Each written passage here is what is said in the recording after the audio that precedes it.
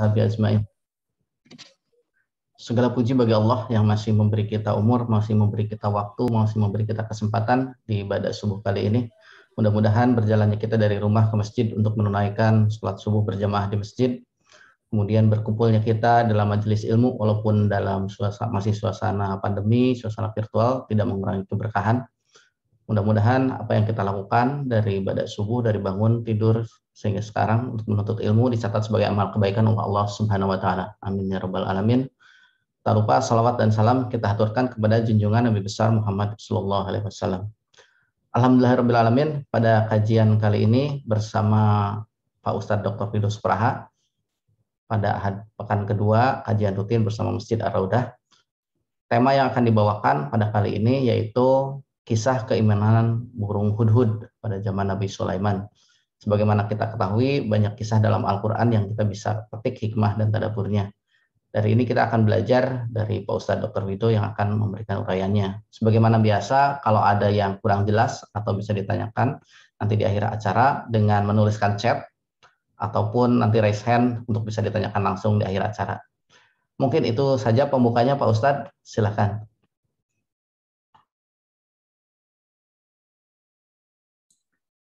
Baik, bismillahirrahmanirrahim. Allahumma inna nas'aluka ilman nafi'an. Allahumma anfa'na bima 'allamtana wa 'allimna bima yanfa'una wa zidna ilma. Uhayyikum jami'an bi tahiyyatil islamil khalidah wa tahiyyatul islami salam. Assalamu alaikum warahmatullahi wabarakatuh. Waalaikumsalam. Alhamdulillahi rabbil alamin. Wa bihi nasta'inu ala umuri dunya wad-din. Asyhadu an la ilaha illallah wa asyhadu anna Muhammad Rasulullah. Allahumma fasalli wa sallim wa barik ala sayyidina Muhammad sayyidil mursalin wa ala alihi wa sahbihi ajma'in, amma ba'du. Alhamdulillahi rabbil alamin, pada pagi hari ini kembali kita dapat bermajelis melanjutkan tadabbur kita daripada Al-Qur'anul Karim, sesuatu yang didatangkan oleh Allah Subhanahu wa taala untuk menjadi inspirasi bagi kita, untuk menjadi sumber adab bagi kita. Dan itulah disebutkan bahwa Al-Qur'an huwal adab. Al-Qur'an ini adalah sumber adab yang telah menanamkan adab kepada jiwa Nabi Sallallahu Alaihi Wasallam, sehingga Nabi Sallallahu Alaihi Wasallam disebut sebagai kana khuluquhul Quran, adalah beliau itu akhlaknya seperti Al-Quran, atau akhlaknya adalah Al-Quran itu sendiri. Di antara yang menarik daripada Al-Quran adalah kisah, dan di antara kisah yang menarik adalah kisah tentang burung hudhud. Dan yang menarik dari kisah burung hudhud sejatinya nanti kita lihat adalah pada keimanannya, kecemburuannya pada mereka-mereka yang tidak beriman kepada Allah Subhanahu wa taala. Yang kedua adalah kecerdasannya pada pilihan-pilihan kosakatanya untuk menyelamatkan dirinya sekaligus untuk membuat tertarik hati Nabi Sulaiman alaihissalam. Dan yang ketiga adalah keterlibatannya dalam dakwah sehingga membuat seluruh penduduk Saba menjadi penduduk yang beriman kepada Allah Subhanahu wa taala. Maka berbicara tentang kisah burung hudhud adalah berbicara tentang kisah ghirah imaniyah, gairah keimanan. Jadi beragama ini kalau sekedar beragama tanpa gairah itu belum beragama yang sempurna. Ketika kita belum adanya ghirah dalam dakwah, ketika kita belum adanya kecemburuan atas orang-orang yang belum beriman kepada Allah Subhanahu wa taala, ini belumlah sempurna. Dan apa yang dilakukan oleh burung hudhud adalah satu bentuk kepedulian atau keharmonisan atas misi yang diemban oleh rajanya, yaitu Nabi Sulaiman alaihissalam, yang punya tugas kenabian, yaitu menyerukan tauhid.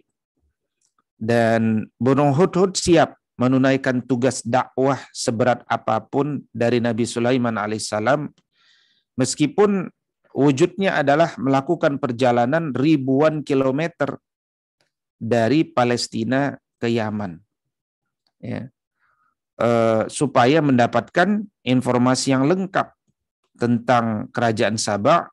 Beliau lakukan, dan perjalanan itu perjalanan yang tentu penuh perjuangan, ya, meskipun perjalanan itu hampir saja mengantarkan hudhud kepada hukuman yang telah direncanakan oleh Nabi Sulaiman alaihissalam, ya, hukuman seperti dicabut bulu-bulunya sampai bahkan disembelih. Ya, tapi karena hudhud punya alasan yang kuat, dia bukan saja selamat dari hukuman, tapi juga diberikan tugas berikutnya oleh Nabi Sulaiman alaihissalam. Maka kisah ini diabadikan di dalam surat An-Naml, dan ini tentu mengandung pelajaran. Jadi mengkaji kisah burung hudhud ini, kita akan mengkaji kisah terkait tentang atau kita akan mengkaji tentang surat An-Naml, wabil khusus mentadaburi ayat ke-20 hingga ayat ke-28.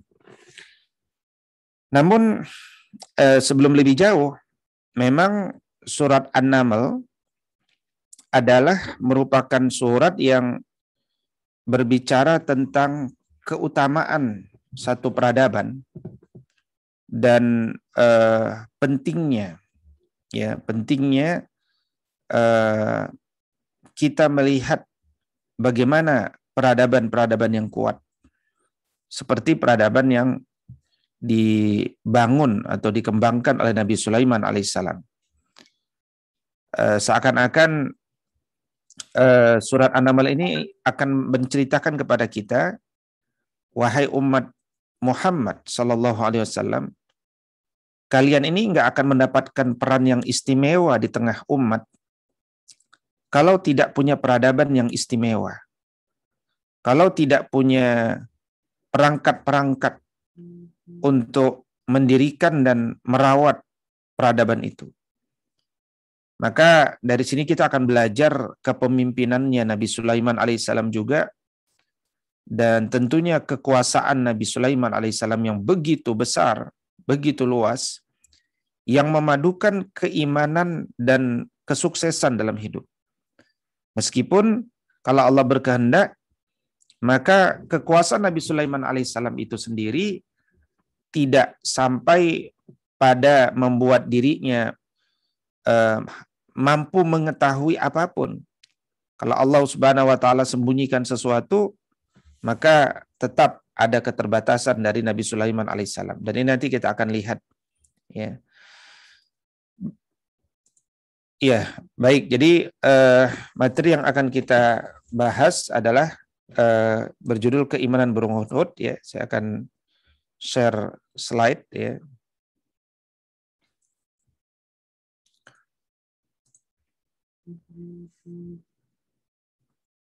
Ya, sebentar.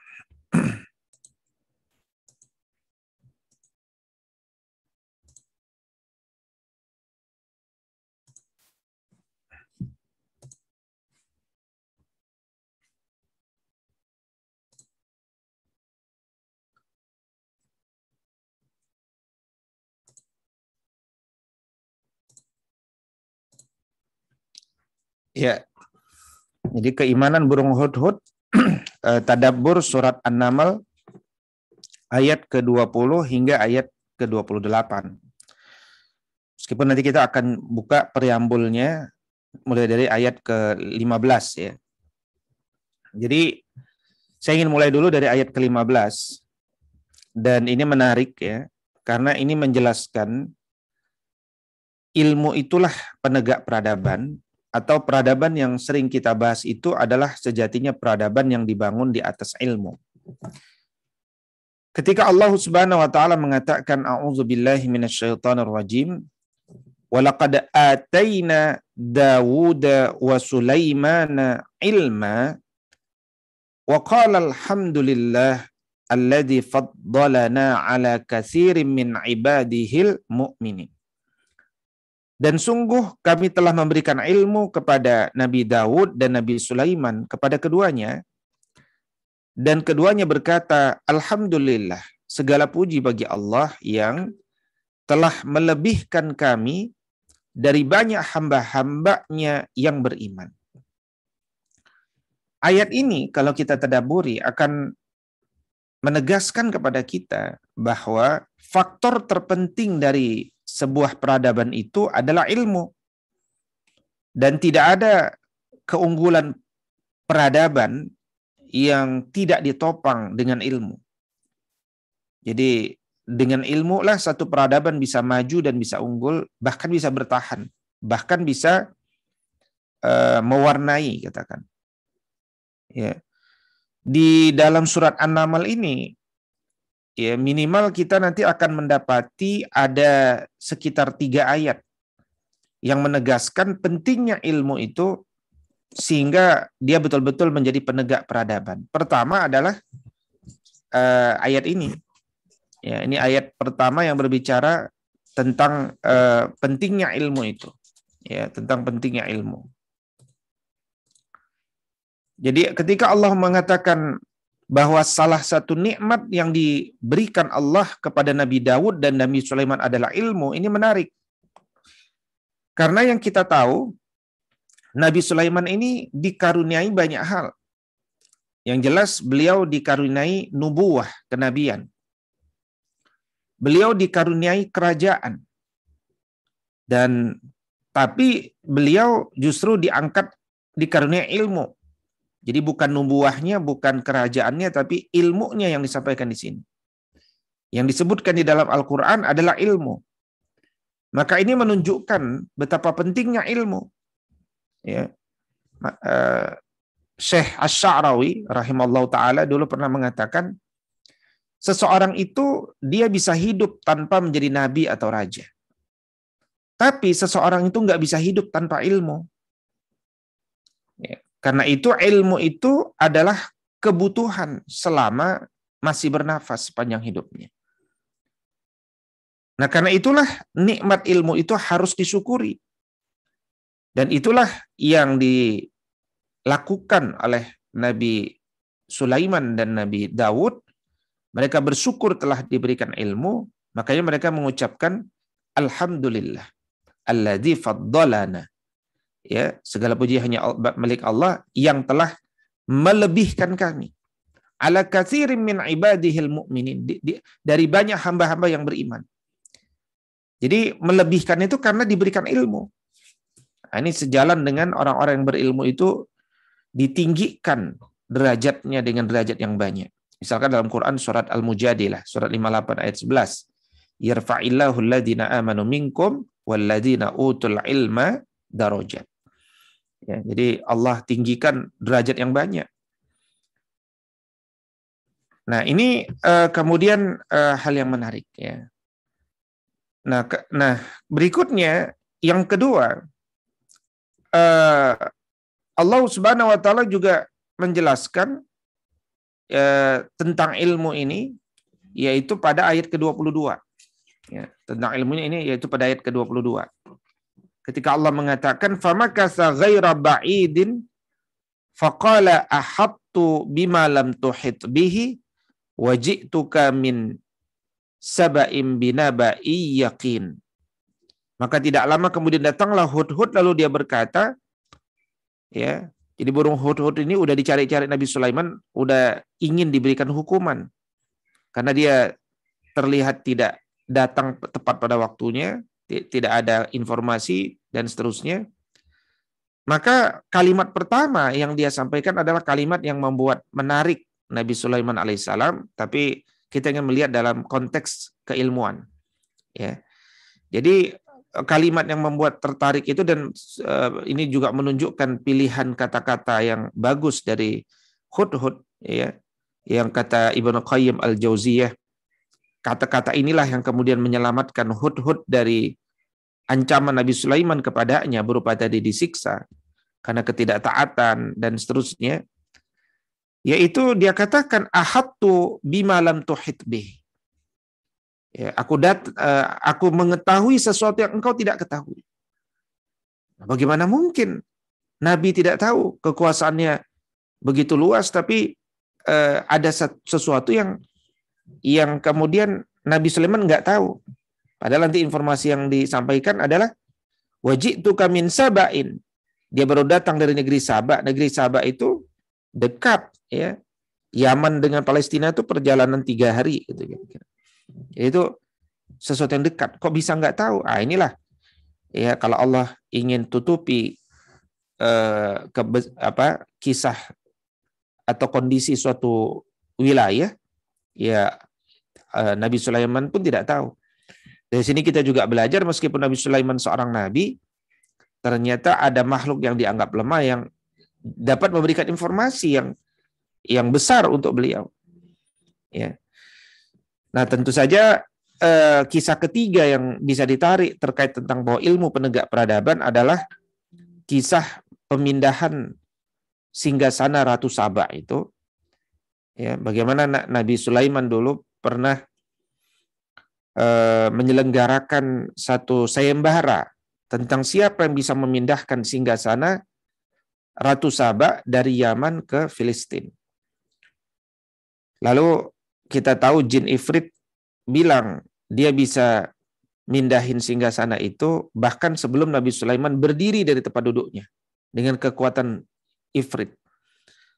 Tapi kemudian ada seseorang yang diberikan ilmu dari Alkitab dan dia menjelaskan bahwa dia mampu untuk memindahkan singgasana Ratu Saba itu sebelum Nabi Sulaiman berkedip dengan ilmunya. Nah, ini juga bisa dikategorikan urgensi ilmu ya di masa itu. Ya, jadi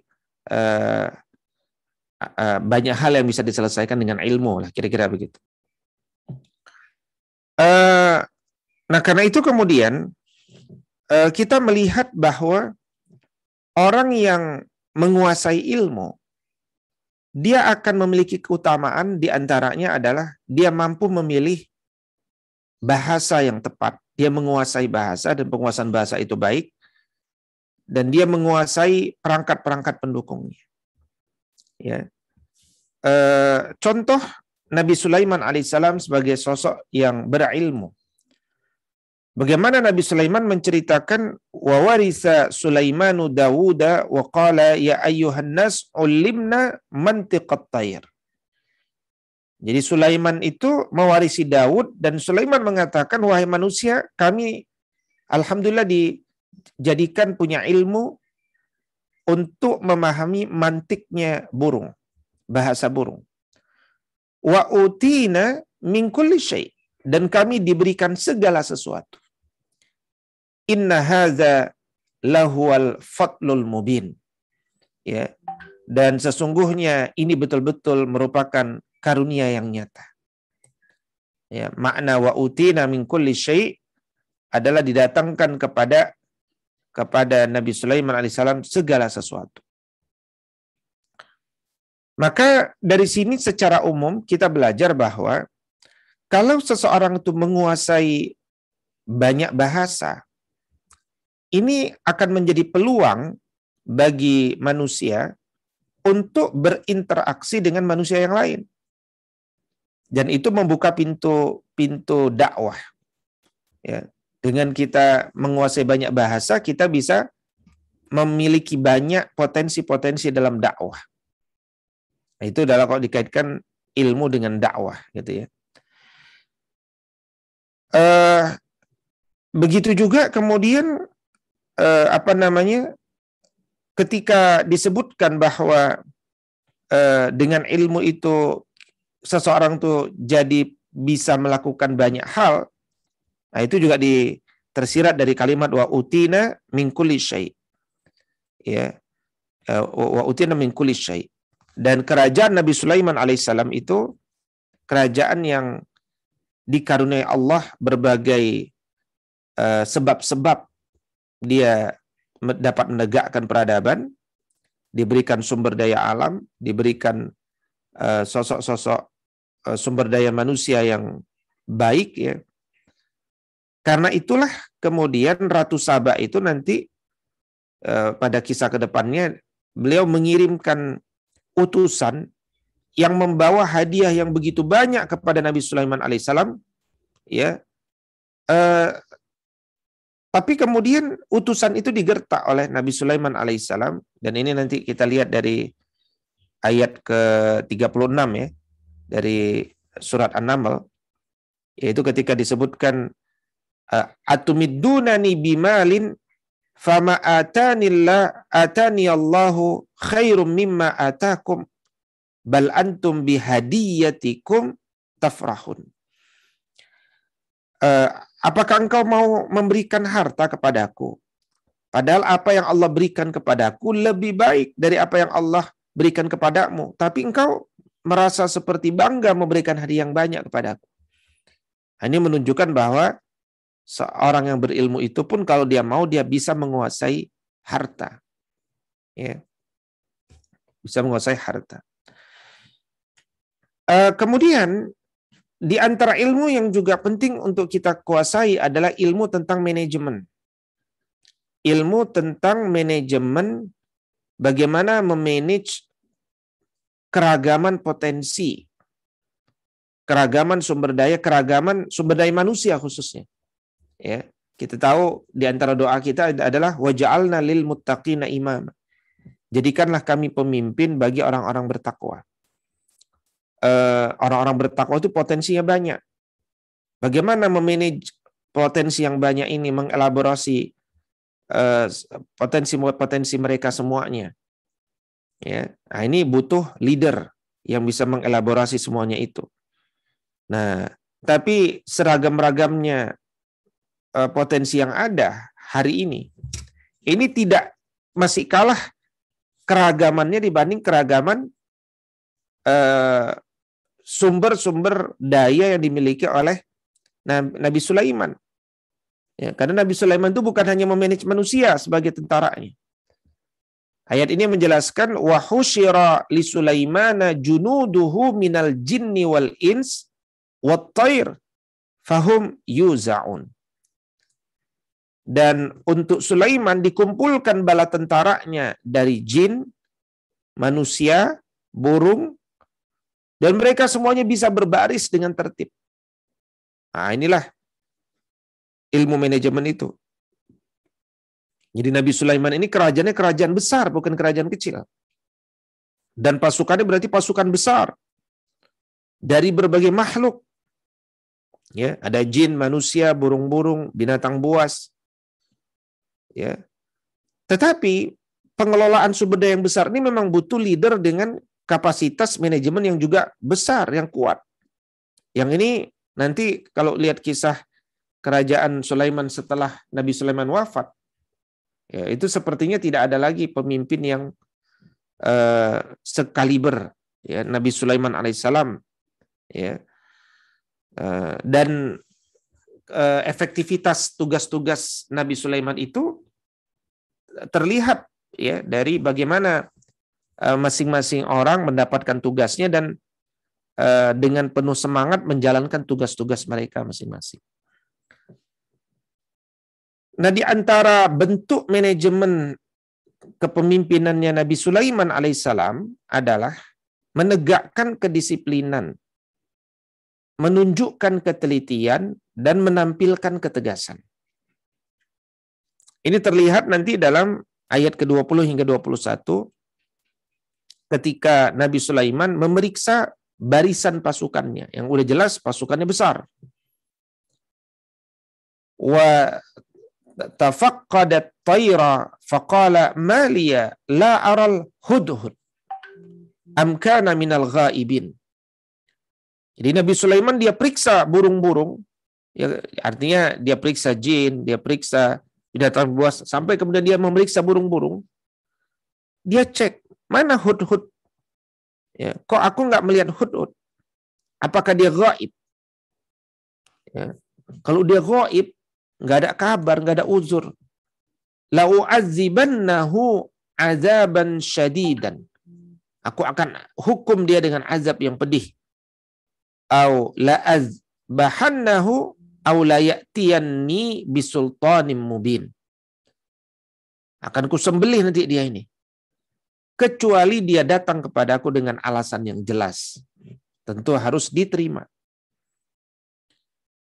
Jadi dari sini kita melihat bagaimana kedisiplinan dan ketegasan yang dibangun oleh Nabi Sulaiman alaihissalam kepada seluruh pasukannya.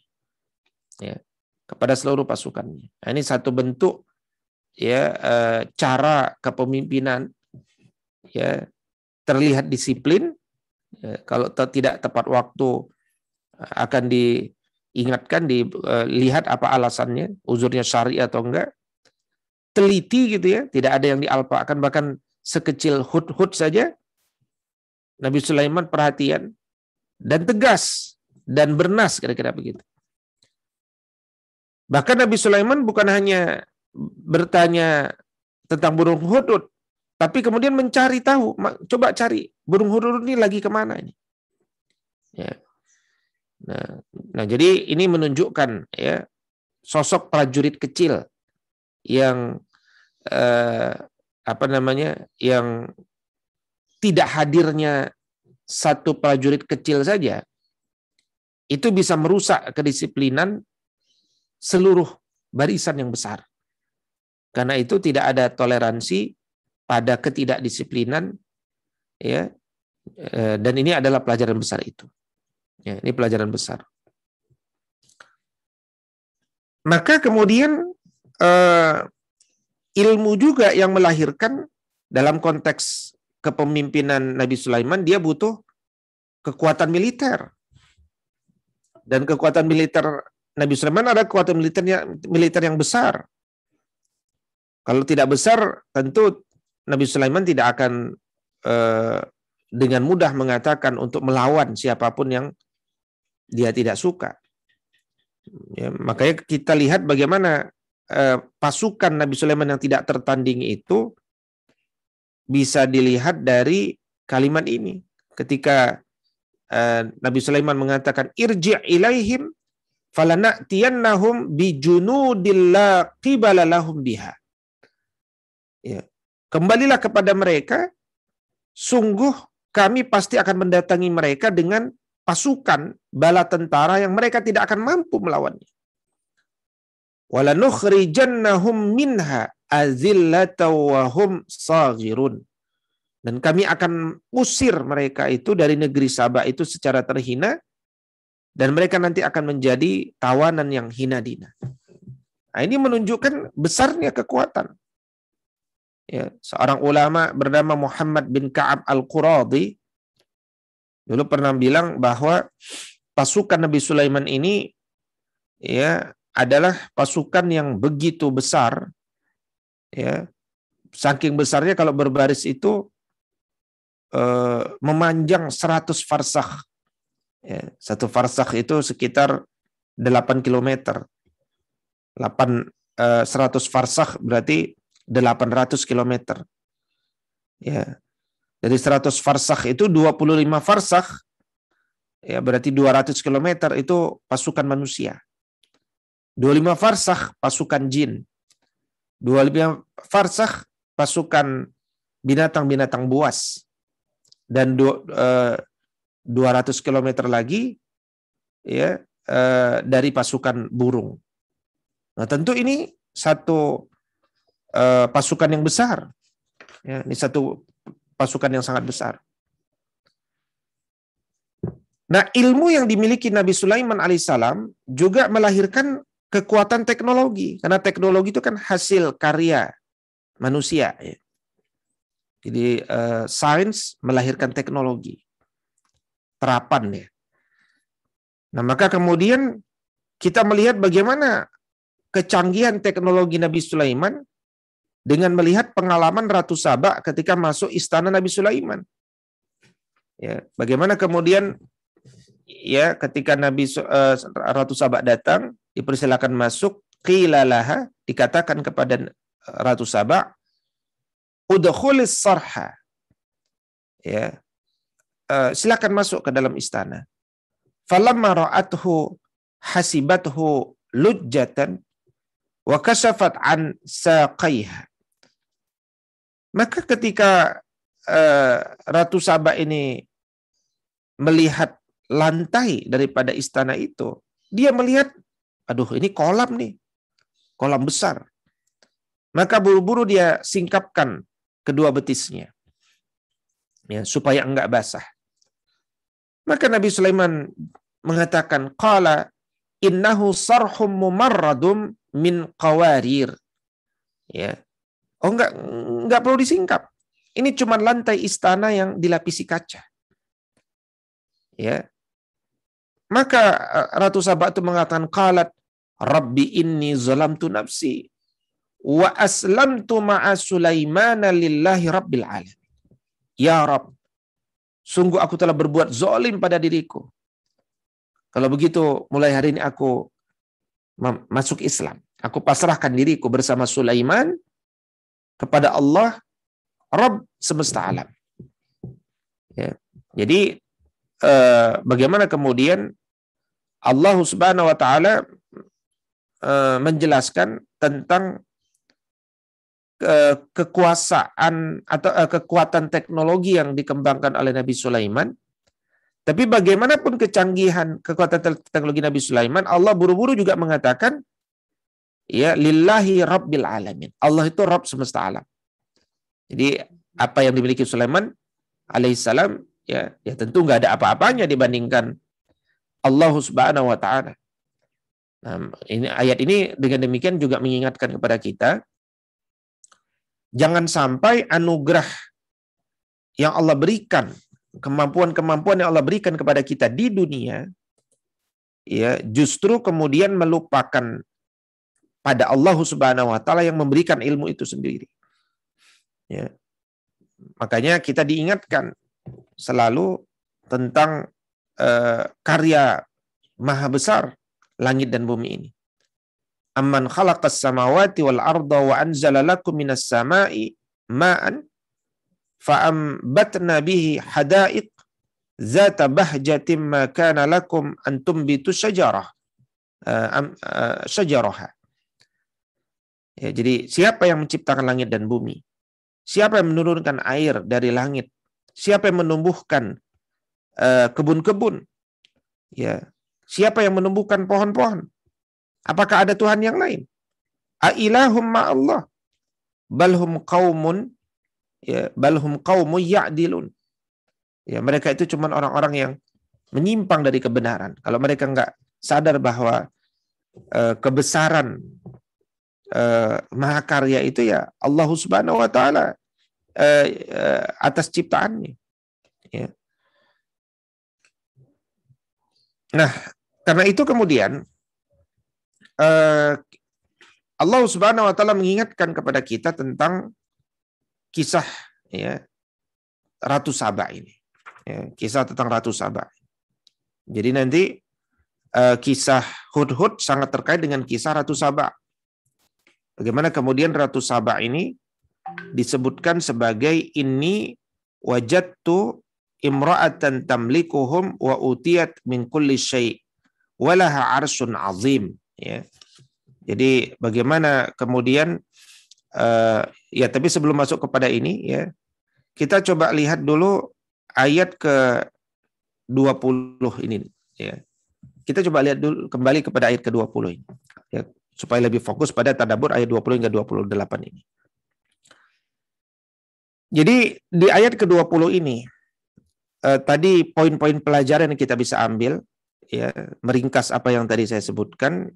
Yang pertama adalah ketika Nabi Sulaiman alaihissalam memeriksa burung-burung, melihat secara detail, ini menunjukkan satu pelajaran besar bahwa seorang pemimpin itu harus memperhatikan kondisi rakyatnya. Ya. Dia harus memperhatikan kondisi rakyatnya. Ini tafsiran Al-Imam Al-Qurtubi ini. Ya, Al-Imam Al-Qurtubi menafsirkan ini, ayat ini adalah satu dalil bahwa pemimpin itu harus memperhatikan rakyatnya. Sekaligus pemimpin itu berarti harus membuat rakyatnya produktif. Tidak boleh ada malas-malasan. Ya. Jadi bukan dia minta diperhatikan, tapi dia memperhatikan mana. Setiap daripada rakyat ini harus memiliki tugas, harus memiliki amal. Ya, meskipun burung hudhud ini burung yang kecil. Ya. Meskipun burung hudhud ini burung yang kecil. Makanya Imam Al-Qurtubi ketika menafsirkan ayat ini, beliau mengangkat juga kisah tentang kehidupan kepemimpinan Sayyidina Umar ibn Al-Khattab radhiyallahu ta'ala anhu. Kata Imam Al-Qurtubi, semoga Allah subhanahu wa ta'ala merahmati Umar yang dia berjalan di atas sunnahnya Nabi Sulaiman alaihissalam. Ya, hal ini tercermin dari kalimat Umar ketika pernah memimpin dulu. Umar pernah bilang, seandainya ada anak kambing yang dimangsa serigala di tepian sungai Efrat, Umar pasti akan ditanya. Nah, maka begitu takut.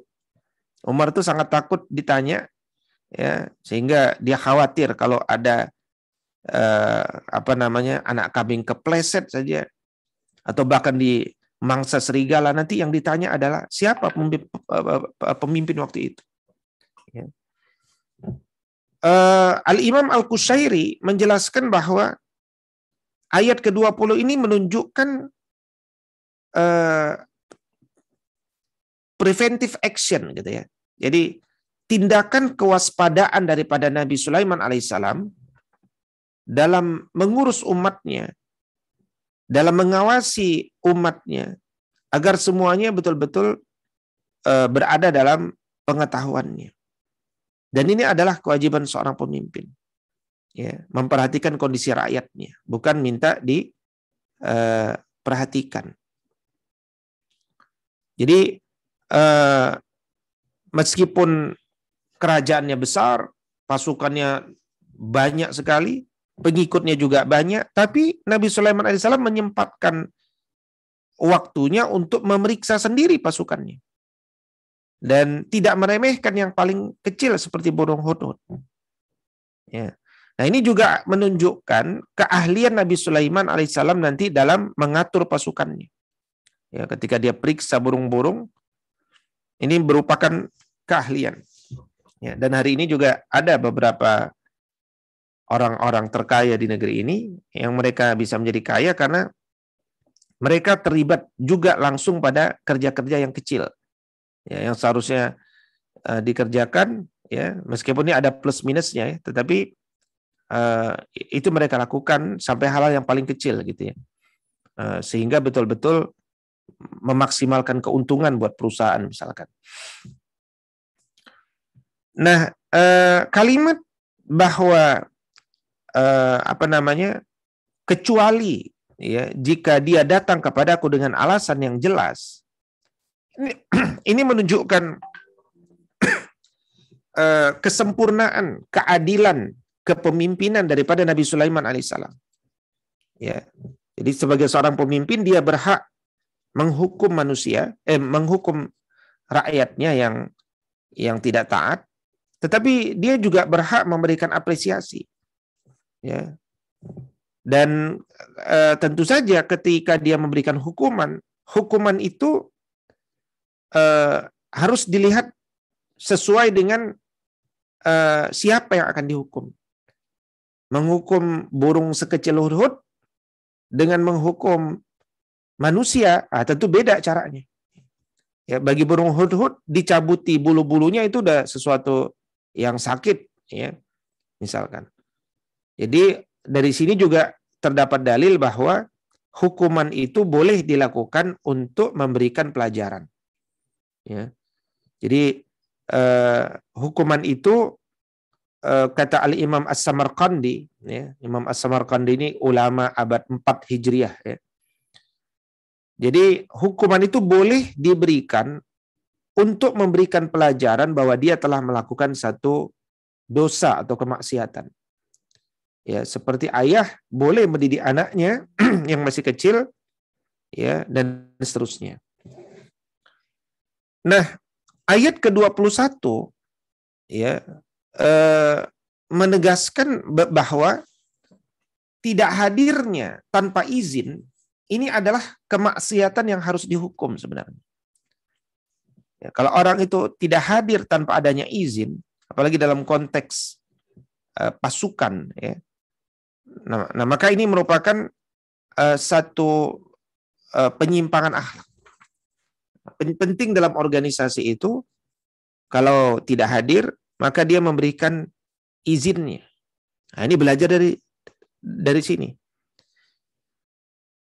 Nah, kenapa kemudian Nabi burung hudhud tidak memberikan izinnya atau tidak minta izin kepada Nabi Sulaiman alaihissalam? Nah, tentu ini hal teknis, ya.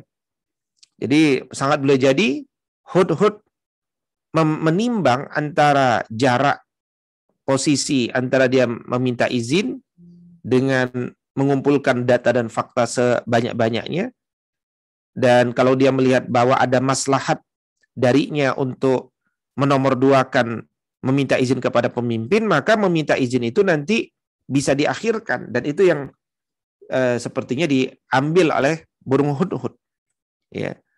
Jadi dia ingin mengumpulkan data dan fakta selengkap mungkin untuk disampaikan kepada rajanya, yaitu Nabi Sulaiman alaihissalam. Ya, jadi seorang bawahan, kata Syekh Asy-Sya'rawi, kalau dia memandang ada kebaikan, ya, maka dia dia melihat ada kebaikan, waktunya sempit, dia harus buat keputusan, maka diperbolehkan baginya untuk membuat satu pilihan, ya, meskipun dia tidak izin dulu, ya, selama ada masalah yang lebih besar, ya. Nah, adanya hukuman yang disampaikan kepada pasukan-pasukannya di depan pasukan-pasukan ini akan juga membangun efek jera dari pasukan untuk tidak bermaksiat kepada Allah meskipun sekedar terlambat, gitu, ya. Dan ayat ini juga menegaskan bahwa tidak boleh kita ini menimpakan hukuman kepada orang yang bersalah sampai kita jelas apa alasannya. Nah, ini menunjukkan bahwa urgensi ilmu dan hujjah, ya, urgensi ilmu dan alasan yang baik, ya. Karena itulah Imam Ibnu Qayyim mengatakan hudhud itu selamat dari Nabi Sulaiman karena ilmu dan hujjahnya, ya, dan hujjahnya. Jadi kata Ibnu Qayyim juga begini, hudhud ini selalu hadir dalam barisan, tapi baru gaib sesaat saja dia sudah diancam oleh Nabi Sulaiman alaihissalam. Maka bagaimana dengan orang yang lama tidak hadir di hadapan Rabb-nya? Nah, ini juga akhirnya menghadirkan ketakutan. Ini yang mencari belum Allah, yang mencari baru manusia, Nabi Sulaiman alaihissalam. Dan itu juga bukan kebiasaan burung hudhud untuk tidak hadir, gitu, ya. Dia baru tidak hadir dalam satu kesempatan, ya, seorang Nabi Sulaiman sudah bersiap-siap untuk menghukumnya. Nah, kata Ibnu Qayyim, bagaimana manusia dengan Allah? Ya, Allah tunggu manusia untuk sholat kepadanya, tapi bukan hanya sekali dua kali. Cukup lama orang itu kemudian tidak hadir, ya, menjaga atau membangun hablum minallahnya. Nah, ini bagaimana lagi hukumannya atas orang ini menurut Ibnu Qayyim al-Jauziyah, ya. Nah, ini pelajaran sampai di sini. Nah, kemudian, ya, di ayat ke-22, ya. Nah, di sini tidak ada, ya. Di ayat ke-22 mana tadi ada ayat 22 kalau tidak salah, famakasa ya ini ayat 22 ini, famakasa ghaira ba'idin faqala ahattu bima lam tuhid bihi waji'tuka min saba'in binaba'i yaqin, ya. Nah, dari ayat ini kita belajar bahwa, ya, ketika Nabi Hudhud datang, kemudian dia memberikan alasannya, ini menunjukkan kewibawaan Nabi Sulaiman alaihissalam, ya, dan menunjukkan bahwa Nabi Hudhud burung hudhud tahu bahwa dia ini bersalah. Ya, nah maka kemudian ketika burung hudhud datang, itu menunjukkan bahwa satu penghormatan kepada tuannya yang mampu dijaga. Ya. Dan disampaikan juga bahwa burung hudhud ini kan berangkat juga atas perintah Nabi Sulaiman alaihissalam. Nah maka uzurnya juga beliau sampaikan kenapa terlambat dan seterusnya. Nah kalimat ahadtu bima lam tuhit bihi, aku telah mengetahui sesuatu yang belum engkau ketahui. Ini menunjukkan bahwa senabi-nabinya Nabi Sulaiman dengan ilmunya yang luas, kalau sesuatu itu ditutupi oleh Allah, Nabi Sulaiman nggak tahu. Padahal ini informasi yang tadi saya sampaikan, informasi yang dekat. Ya, jadi kalau ada orang yang mengatakan bahwa para nabi itu mengetahui yang gaib, jawabannya enggak. Nabi Sulaiman enggak tahu bahwa ada satu wilayah yang demikian-demikian nanti kita sampaikan. Yang itu baru dia ketahui dari disampaikan oleh burung hudhud. Ya. Jadi meskipun Nabi Sulaiman ini daerah kekuasaannya besar, pasukannya banyak, dan orang-orang yang membantu yang bisa dia perintahkan banyak, tapi dia nggak tahu tentang negeri Saba ini. Ya. Nah ini menunjukkan para nabi itu tidak bisa mengetahui yang gaib kecuali dengan apa yang Allah sampaikan kepada mereka. Dan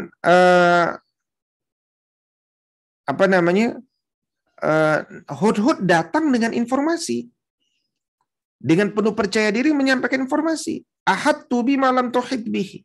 Aku mengetahui sesuatu yang belum engkau ketahui. Kata burung hudhud.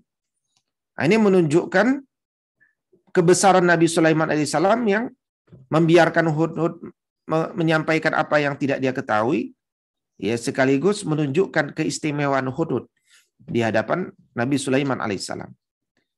Ya. Dan Nabi Sulaiman alaihissalam ingin mendengar informasi dari hudhud, ini menunjukkan urgensi ilmu, pentingnya ilmu. Nah, karena itu kemudian ada banyak adab tentang masalah ilmu di sini, ya, yaitu bagaimana kemudian ilmu itu jangan disembunyikan, dia harus segera disampaikan, ya. Dan ketika Nabi Sulaiman mengambil ilmu dari hudhud, ini juga pelajaran bahwa ambillah pelajaran dari siapapun. Ambillah ilmu dari siapapun, meskipun dari burung hudhud. Ya, jadi meskipun burung hudhud, cara dia berbicara ini luar biasa. Ya, cara dia berbicara ini luar biasa, mampu memilih kosakata yang terbaik, dan ini yang membuat Nabi Sulaiman alaihissalam pun akhirnya mendengarkan. Mendengarkannya Nabi Sulaiman alaihissalam menunjukkan bahwa Nabi Sulaiman bukanlah sosok yang sombong, yang ujub. Ya. Beliau mencerminkan sosok ketawaduan pemimpin yang ulama. Ya. Dan kalau seseorang itu memberikan uzur yang benar dan bisa diterima, ya diterima. Tapi pendahuluan daripada burung hudhud ini yang menarik. Ini pendahuluan atau pengantar pembicaraan yang menarik. Ya, dengan kalimat langsung, ya supaya tidak dimarahi oleh Nabi Sulaiman, langsung dia bilang, ahadtu bima lam tuhit bihi. Aku mengetahui apa yang engkau tidak ketahui. Ya, siapapun dengan kalimat ini sudah langsung dikunci. Ya, apalagi disebutkan wajituka min sabain binabain, dengan annaba, dengan kabar yang penting. Yang kabar itu pasti ingin diketahui oleh orang-orang. Apa sih kabarnya? Ya, maka disifati oleh burung hudhud, kabar yang dia bawa ini binabai yakin, ya, dengan berita yang meyakinkan. Oh, jadi semakin ingin tahu Nabi Sulaiman apa sih informasi itu. Ya, jadi kenapa Nabi Sulaiman bisa nggak tahu informasi tentang orang-orang yang tinggal di negeri Saba, yang perjalanan antara Son'a dengan Ma'rib itu hanya sekitar 3 hari perjalanan. Nah ini yang disebut oleh Imam Al-Qurtubi sebagai kalau Allah telah sembunyikan sesuatu, maka nggak ada yang tahu. Seperti Allah menyembunyikan lokasi Nabi Yusuf alaihissalam kepada Nabi Yakub alaihissalam. Nabi Yakub pun nggak tahu di mana Yusuf. Padahal sebagai seorang nabi, ya beliau mudah mengetahui. Tapi kalau Allah tidak berkehendak menginformasikan itu, ya nggak ada yang tahu. Ya. Nah ini pelajaran berikutnya. Nah kemudian di ayat ke-23 sampai 24, ya kita belajar tentang kepemimpinan seorang perempuan. Inni wajadtu imra'atan tamlikuhum wa utiyat min kulli syai'in walaha arsyun azim. Sungguh kudapati ada seorang perempuan yang memerintah mereka, kata Hudhud, dan wanita ini dianugerahi segala sesuatu serta memiliki singgasana yang besar. Wajadtuha wa qaumaha yasjuduna lisyamsi min dunillah. Aku dapati ya pemimpin wanita itu dan kaumnya menyembah matahari, bukan menyembah Allah. Wa zayyana lahumus syaitanu a'malahum. Syaitan telah menjadikan seakan-akan amalan mereka itu indah. Ya. Fasaddahum 'anis sabili fahum la yahtadun. Sehingga menghalangi mereka dari jalan Allah, maka mereka tidak mendapatkan petunjuk. Nah, sebagian ulama menjelaskan inilah bahaya kalau wanita menjadi khalifah. Ya, karena khalifah itu jabatan yang paling tinggi. Jadi kalau dan khalifah itu tugasnya besar. Ya, dia menjaga perbatasan, dia mengurusi banyak hal, menjaga agama ini, menerima pajak, menyampaikan pada yang berhak. Ya, dia harus bercampur dengan banyak laki-laki dan seterusnya. Ini hal-hal yang sebenarnya ada keterbatasan kalau dilakukan oleh seorang perempuan. Ya. Nah, di sini disebutkan bahwa walaha arsyun azim, dan dia punya arsy yang besar. Ya, ini menunjukkan bahwa ada arsy-nya manusia, ada arsy-nya Allah. Dan arsy-nya manusia dan arsy-nya Allah jangan dibandingkan dengan arsy-nya manusia. Jadi arsy-nya Ratu Saba ada singgasana, tapi jangan itu yang dibayangkan sebagai arsy-nya Allah Subhanahu wa taala. Ya. Jadi ya, memang di ayat ke-26 Allah mengatakan Allahu la ilaha illa huwa rabbul arsyil azim. Allah tidak ada ilah yang berat disembah dengan benar kecuali Dia Rabb, pemiliknya arsy yang besar. Ya. Tetapi ada perbedaan di antara keduanya. Ya, jadi ada perbedaan di antara keduanya. Ini sama-sama arsyun azim. Ya. Jadi yang Saba walaha arsyun azim, Allah juga mensifati arsy-nya Rabbul Arsyil Azim. Tapi kaidah dasarnya laisa kamitslihi syai'un fil ardi wala fis sama. Ya, tidak ada yang seperti persis seperti manusia. Ya, seperti makhluk. Ya, jadi tidak bisa dibayangkan, tidak bisa tidak bisa dibayangkan. Ya. Nah ini arsy-nya Allah Subhanahu Wa Taala. Nah ayat ini juga penting saya sampaikan. Di sini disebutkan wa utiyat min kulli syai'.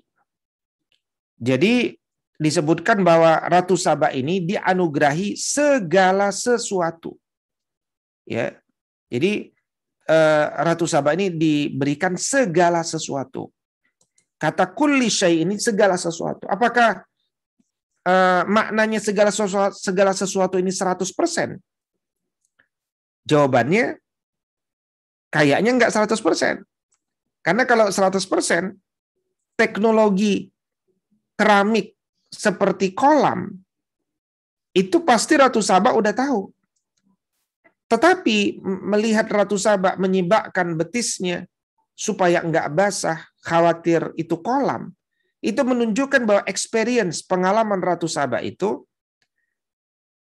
adalah pengalaman yang baru. Dan menunjukkan berarti Ratu Saba belum diberikan segala sesuatu. Maka apa yang salah? Apakah ayatnya yang salah? Atau cara kita memaknai min kulli syai' ini yang salah? Selama ini. Maka dari sini ulama mengatakan bahwa makna kata kullu itu tidak harus 100%. Ya, sebagaimana kata wa kullu bid'atin dhalalah. Setiap bid'ah itu sesat. Maka makna kullu bid'atin dhalalah ini bukan setiap 100% bid'ah itu Pak semuanya sesat, enggak. Nah, itu yang kemudian diterjemahkan oleh Al-Imam An-Nawawi mensyarahkan hadis itu sebagai bukan 100%, tetapi amun makhsusun. Teks kata kullu itu bermakna umum, ya, kullu bid'atin dhalalah, ya, 100% bid'ah itu sesat kecuali yang makhsusun, ya, kecuali. Jadi ada pengecualian, artinya tidak semua bid'ah itu sesat. Makanya dari situ kemudian ulama dari berbagai mazhab menerjemahkan bid'ah itu pada bagian-bagian yang banyak. Ada bid'ah dhalalah, bid'ah sesat, ada bid'ah mahmudah, bid'ah terpuji. Bahkan ada yang membagi pada bid'ah wajib, bid'ah sunnah, bid'ah mubah, bid'ah makruh, ya, bid'ah haram, ya, dan seterusnya. Ya. Nah, kemudian kisah Ratu Saba ini dijelaskan dengan bahasa yang runut nih di sini kita lihat. Ya, betul-betul runut. Diceritakan bahwa seperti ini, kemudian amaliyahnya seperti ini, kemudian apa yang menyebabkan mereka sampai beramaliyah seperti ini. Inilah keilmuan hudhud. Meskipun seekor burung, dia punya ilmu yang luar biasa. Dia mampu mempresentasikan sesuatu yang penting ini dengan ilmu, dengan meyakinkan. Jadi kalau kita mempresentasikan sesuatu kepada seseorang, harus meyakinkan. Seperti hudhud sangat meyakinkan. Ya, bahkan dia menjelaskan ini berita yang meyakinkan loh. Ya, nabai yakin. Ini berita yang meyakinkan loh. Ya, dia memilih kata yakin untuk meyakinkan orang. Kemudian merinci kabar itu dengan dua kondisi. Pertama kondisi dunianya, kemudian kondisi agamanya. Ya kan? Dunianya gimana? Oh, Ratu Saba itu dia punya singgasana yang besar. Kemudian agamanya bagaimana? Agamanya menyembah matahari. Ya. Jadi memilih sesuatu yang menarik, kemudian berpindah ke sesuatu yang lebih menarik lagi. Nah, itu namanya PowerPoint. Ya. Jadi effective presentation. Bagaimana kita bisa presentasi yang efektif. Ya. Nah, ini terkait hal tersebut. Nah, karena itu kemudian sedikit tentang kisah Ratu Saba ini. Jadi memang yang menjadi Ratu Saba ini adalah seorang wanita. Namanya siapa? Bilqis binti Surahbil. Ya, Bilqis binti Surahbil. Dan memang beliau ini anak dari seorang raja dulu. Ya, makanya ketika nggak ada anak laki-laki, beliau yang jadi ratu. Dan dia punya kekayaan kerajaan yang luar biasa di negeri Yaman. Ya, jadi ini penguasa Yaman. Ya, bahkan singgasana besar yang dimaksud besar itu apa? Ya, singgasana yang didudukinya dilapisi emas, mutiara, permata. Ya. Nah, ini menunjukkan kebesaran dan kemajuan, ya, kerajaannya Saba ini dibandingkan kerajaan-kerajaan yang lain. Ya. Nah, ini kita bisa ambil dari ayat 23-24 ini. Kemudian ayat 25-26 kita tidak banyak mengambil pelajaran kecuali satu hal saja, bahwa iya, kita bicara tentang kebesaran kerajaan. Ada kerajaan Saba, kerajaan Sulaiman. Tapi kebesaran Allah Subhanahu wa taala tidak bergantung pada makhluk. Ala yasjudu lillahi alladhi yukhrijul khaba'a fis samawati wal ardi wa ya'lamu ma tukhfuna wa ma tu'linun. Allahu la ilaha illa huwa Rabbul Arsyil Azim. Ya, penduduk Sabah ini nggak menyembah Allah. Padahal Allah lah yang mengeluarkan apa yang ada di langit dan di bumi, dan yang mengetahui apa yang engkau sembunyikan dan engkau nyatakan. Allah tidak ada Tuhan selain Dia, Tuhan yang mempunyai arsy yang agung. Jadi ayat ini secara jelas menunjukkan bahwa, kata Al-Imam Fakhruddin Ar-Razi, bahwa Allah itu disifati dengan kemahakuasaan dan kemahailmuan. Ya. Jadi kekuasaannya apa? Mampu mengeluarkan apa yang terpendam di langit dan di bumi. Keilmuannya apa? Dia mengetahui apa yang tersembunyi dan yang tidak, yang dinyatakan. Ya. Jadi kekuasaannya meliputi segala sesuatu, pengetahuannya pun meliputi segala sesuatu. Ya. Dan pernyataan burung hudud sebelumnya menegaskan bahwa kesalahan orang-orang yang menyembah matahari. Padahal matahari itu makhluk. Dia tidak berhak menjadi Tuhan. Maka jangan beribadah kepada makhluk, tapi beribadahlah kepada Khalik yang menciptakan makhluk. Nah, ini pelajaran 25-26. Nah, di ayat 27-28 sebagai penutup, ya, di sini kita belajar tentang keadilan Nabi Sulaiman alaihissalam. Ketika Nabi Sulaiman qala, sananzuru asadaqta am kunta minal kadzibina izhab bi kitabi hadza. Ya. Jadi berkata Nabi Sulaiman, oke, informasi kami tangkap, informasinya saya terima. Coba kita lihat dulu, apakah engkau benar atau tidak, atau engkau ini berdusta. Jadi di sini ada adab, ada kelembutan seorang pemimpin Nabi Sulaiman alaihissalam terhadap rakyatnya. Ya, dengan lemah lembut dia katakan dia terima informasi itu, tapi juga dia ingin sampaikan bahwa adab seorang pemimpin itu selain dia wajib menerima uzur rakyatnya, tapi juga dia kan harus adil. Ya, dia harus mengecek kebenaran berita, dan ini standar SOP. Ya. Dan dari sini nanti akan meneguhkan bahwa dia punya tim itu pendusta, tidak bisa dipercaya, atau orang yang amanah. Ya. Nah, di sini kemudian kita belajar bahwa manusia itu kalau dapatkan bisikan, jangan langsung didengar. Ya. Terima saja dulu, olah sampai terbentuk peta pemikiran, mind map pemikiran.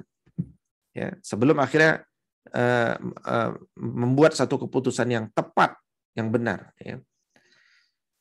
Maka kemudian setelah mendapatkan informasi itu, Hudud tidak berhenti, dia malah ditugasi dakwah oleh Nabi Sulaiman alaihissalam. Izhab bi kitabi, pergilah kembali dengan membawa suratku ini, fa'alqih ilaihim, jatuhkan kepada mereka, summa tawalla anhum, kemudian berpalinglah dari mereka, ya, fanzur madza yarji'un.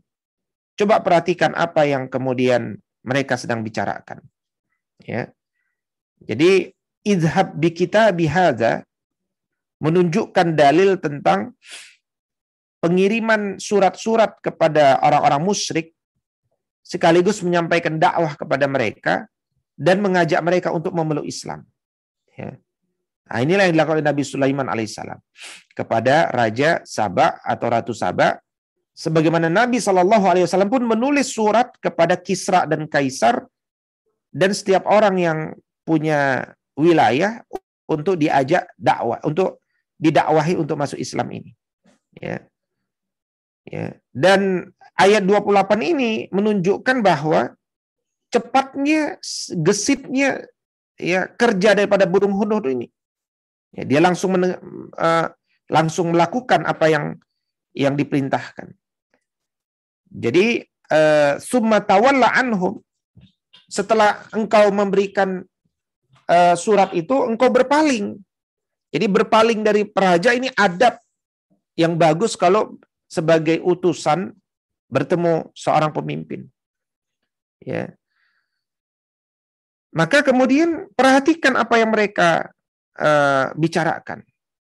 Nah, ini menunjukkan bagaimana tugas intelijen, ya, atau tugas yang penting yang kemudian Nabi Sulaiman berikan, ya.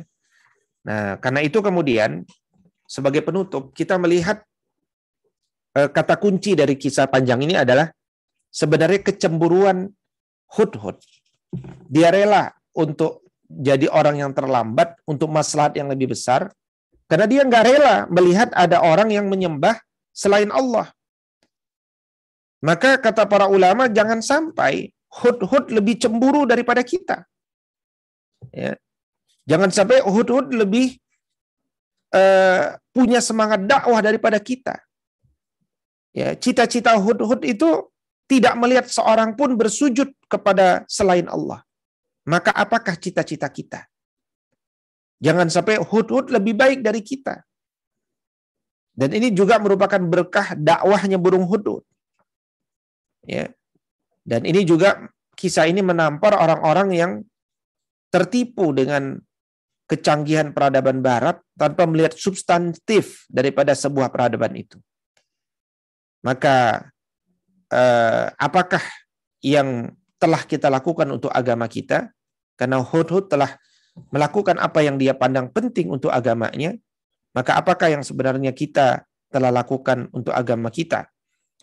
Dan kalaulah kerja-kerja cerdas dan keras seekor hewan kecil seperti burung Hudhud pada akhirnya nanti menyebabkan keislaman satu umat secara utuh daripada penduduk Sabak, ya, bagaimana kerja-kerja kita?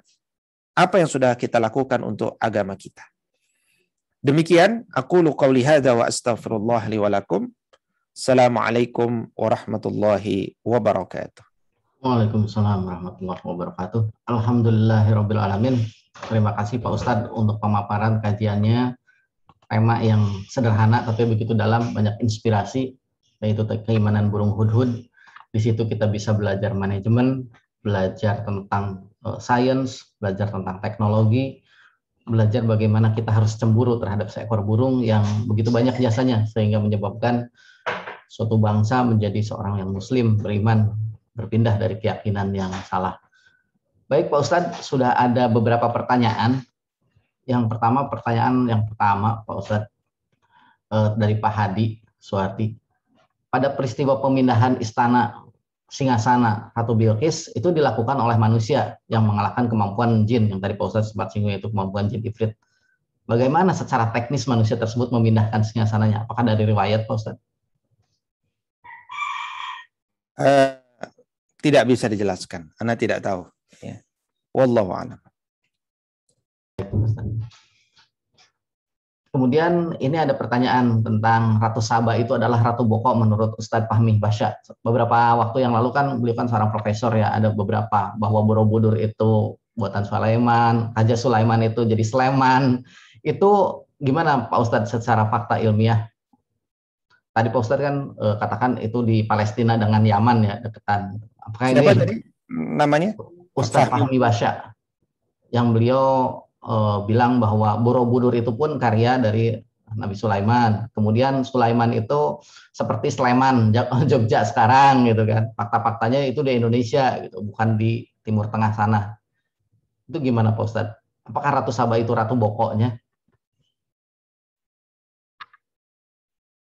Ya, yang pertama saya kira Ustadz Fahmi Basya belum jadi profesor ya.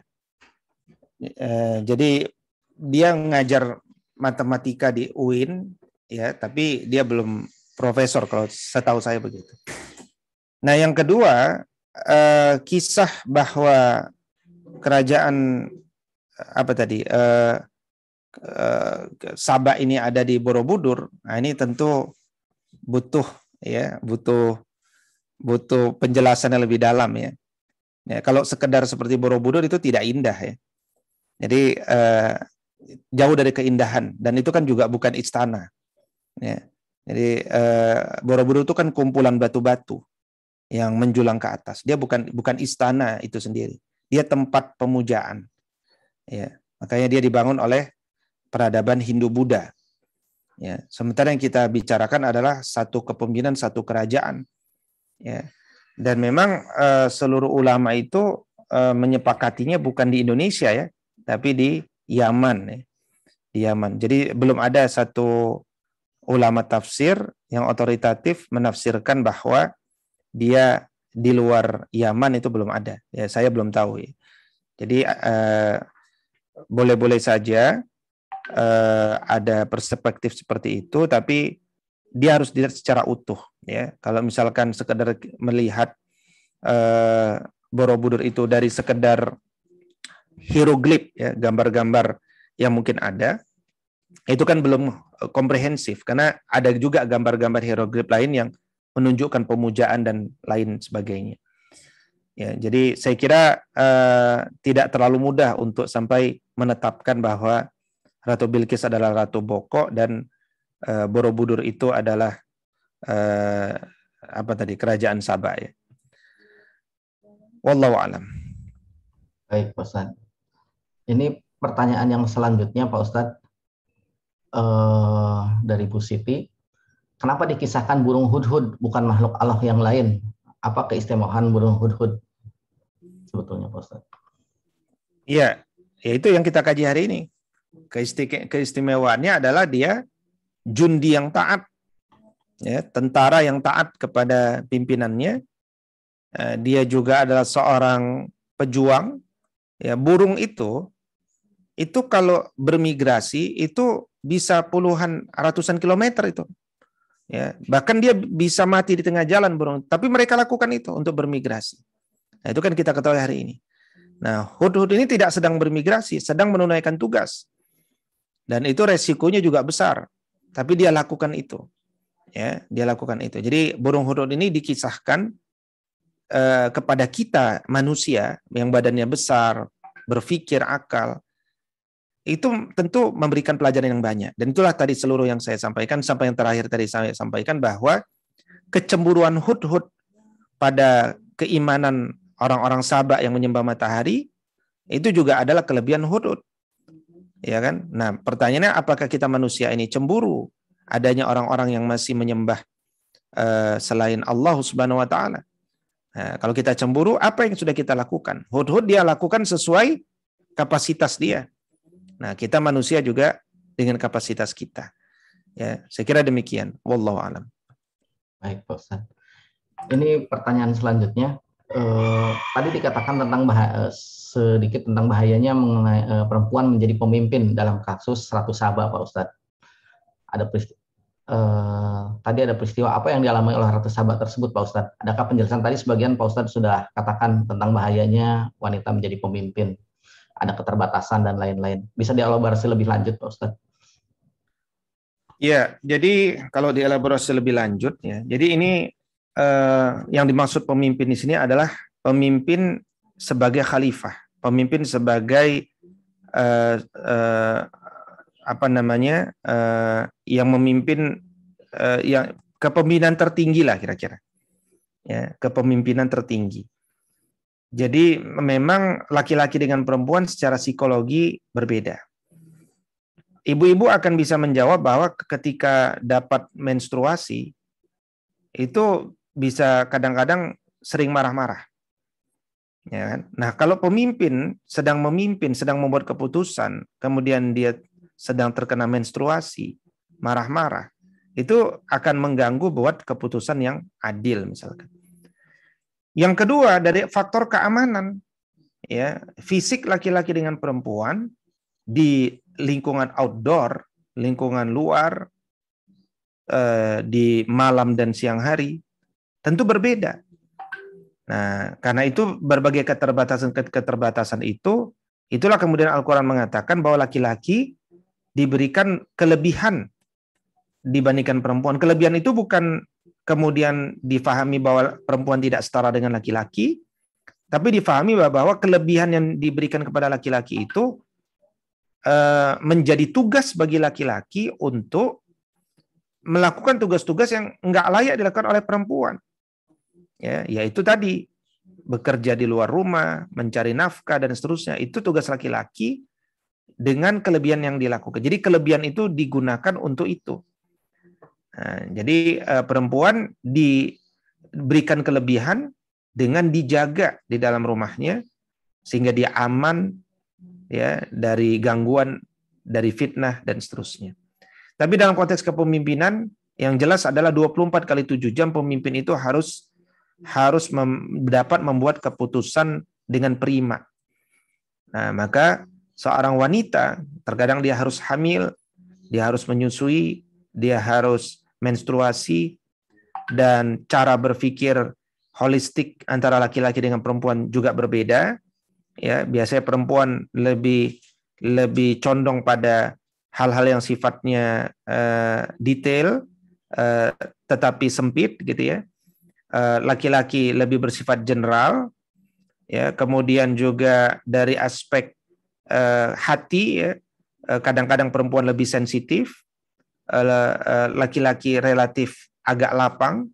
Ya, nah ini kajian-kajian fisik, psikologi yang dikaitkan dengan maslahat daripada kepemimpinan itu. Dan inilah ini kita bukan sedang bicara kesetaraan di sini, tapi bicara keserasian pada akhirnya antara penciptaan laki-laki dengan perempuan, yang manakala laki-laki dan perempuan menjalankan tupoksinya masing-masing, maka dia akhirnya akan mendapatkan kesetaraan di hadapan Allah, yaitu sama-sama bisa mendapatkan jannah yang terbaik. Demikian, wallahu a'lam. Semoga jelas. Pak Ustadz, ini ada pertanyaan dari Bu Lia. Bagaimana membangun budaya hadir tepat waktu dan memberi pemahaman bahwa absen tanpa uzur syar'i adalah salah satu kemaksiatan? Mungkin ini ya, kaitannya dengan tadi burung hudhud yang tidak hadir dengan ada reward dan punishment ya. Itu gimana Pak Ustadz? Ya, jadi budayanya, caranya kalau dari majelis pagi ini, ceritakan kisah hudhud ini. Ya, burung hudhud aja baru sekali terlambat, udah langsung mau dihukum sama Nabi Adam alaihissalam, Nabi Sulaiman alaihissalam, kalau enggak bisa memberikan alasan yang syar'i, uzur yang syar'i. Apa yang membuat terlambat?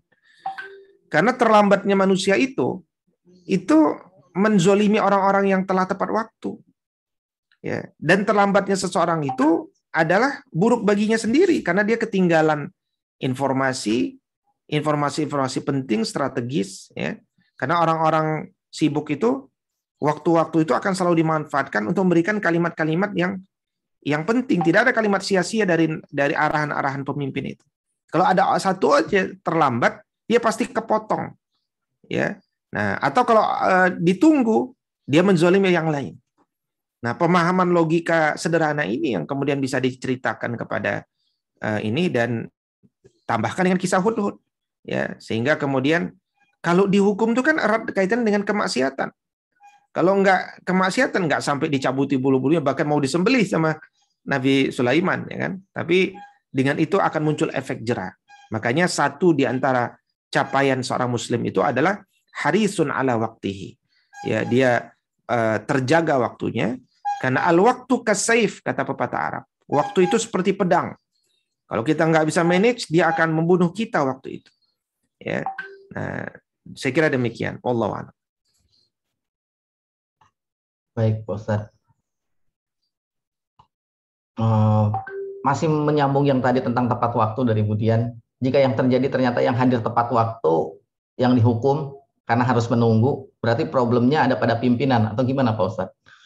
Jika yang terjadi ternyata yang hadir tepat waktu yang dihukum. Karena kan delay, sementara kita harus nunggu orang yang delay gitu ya. Iya, jadi pemimpin tidak boleh menunggu yang terlambat. Yang terlambat silakan terlambat, nanti ada urusannya. Karena kalau dia membuat yang tepat waktu harus menunggu, secara kajian psikologi, yang tepat waktu akan berpikir, ngapain saya harus tepat waktu? Ya kan? Pekan depan mulai terlambat sedikit, atau nanti saya juga ditunggu, kan gitu. Maka jadilah budaya, ya, janjian jam berapa? Besok arisan jam berapa? Besok arisan jam 9. Untuk menjelaskan bahwa mulainya jam 10. Gitu kan?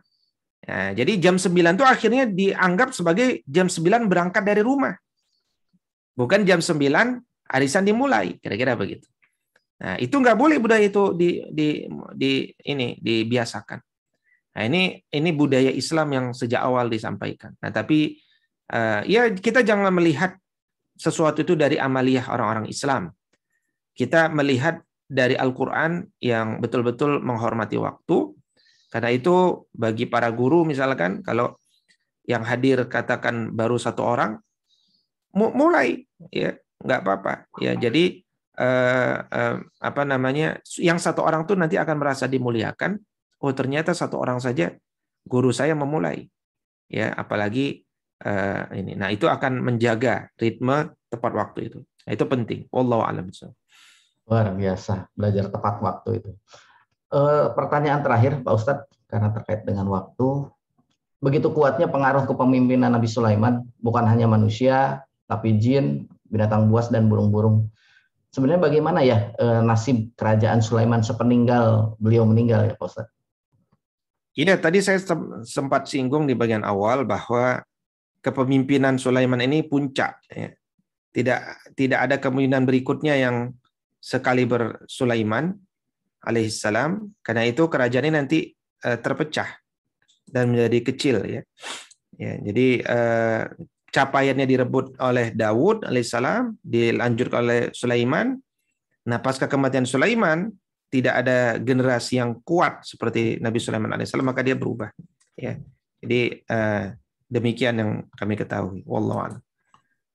Alhamdulillahirabbil alamin. Terima kasih Pak Ustadz, terima kasih pada kajian Bada Subuh.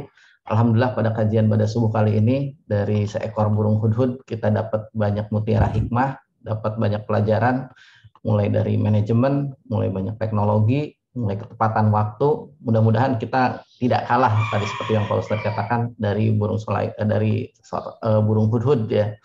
Mudah-mudahan kita bisa senantiasa memperbaiki diri lebih baik dan lebih baik lagi.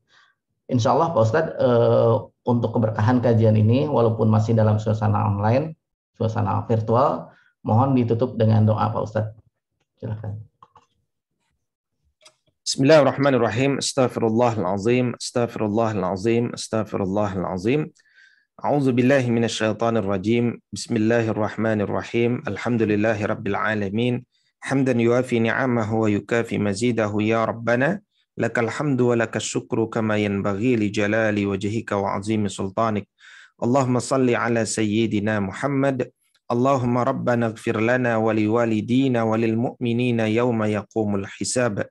Allahumma arinal haqqa haqqa warzuqna ittiba'ah wa arinal batila batilan warzuqna ijtinabah. Allahumma la sahla illa ma ja'altahu sahla. Allahumma a'inna ala zikrika wa syukrika wa husni ibadatik. Allahumma anfa'na bima 'allamtana wa 'allimna bima yanfa'una wa zidna ilma. Allahumma rzuqna rizqan halalan tayyiban wasi'an mubarakan fihi. Allahumma inna nas'aluka al-huda wat-tuqa wal-'afafa wal-ghina. Allahumma inna na'udzubika min munkaratil akhlaqi wal-a'mali wal-ahwa. Allahumma inna na'udzubika minal barasi wal jununi wal juzami wa min sayyi'il asqam. Allahumma rabbana taqabbal minna innaka antas sami'ul alim wa tub alaina innaka antat tawwabur rahim. Tawaffana muslimin wa alhiqna bis salihin. Rabbana atina fid dunya hasanah wa fil akhirati hasanah wa qina adzaban nar. Wa shallallahumma ala nabiyyina Muhammadin wa ala alihi wa sahbihi wa sallim. Wa akhiru da'wana 'anil hamdulillahi rabbil alamin. Alhamdulillahi rabbil alamin. Dengan ditutup doa oleh Pak Ustadz Dr. Firdaus Supraha, alhamdulillah kajian ini telah selesai. Jazakumullah khairan katsira Pak Ustadz untuk ilmunya. Terima kasih para bapak-bapak, ibu-ibu yang telah mengikuti kajian ini. Semoga bermanfaat. Kita tutup kajian ini dengan doa kafaratul majelis. Subhanakallahumma wa bihamdika asyhadu an la ilaha illa anta astaghfiruka wa atubu ilaik. Wabillahi taufiq wal hidayah. Wassalamualaikum warahmatullahi wabarakatuh. Waalaikumsalam. Syukran Pak Ustadz. Waalaikumsalam.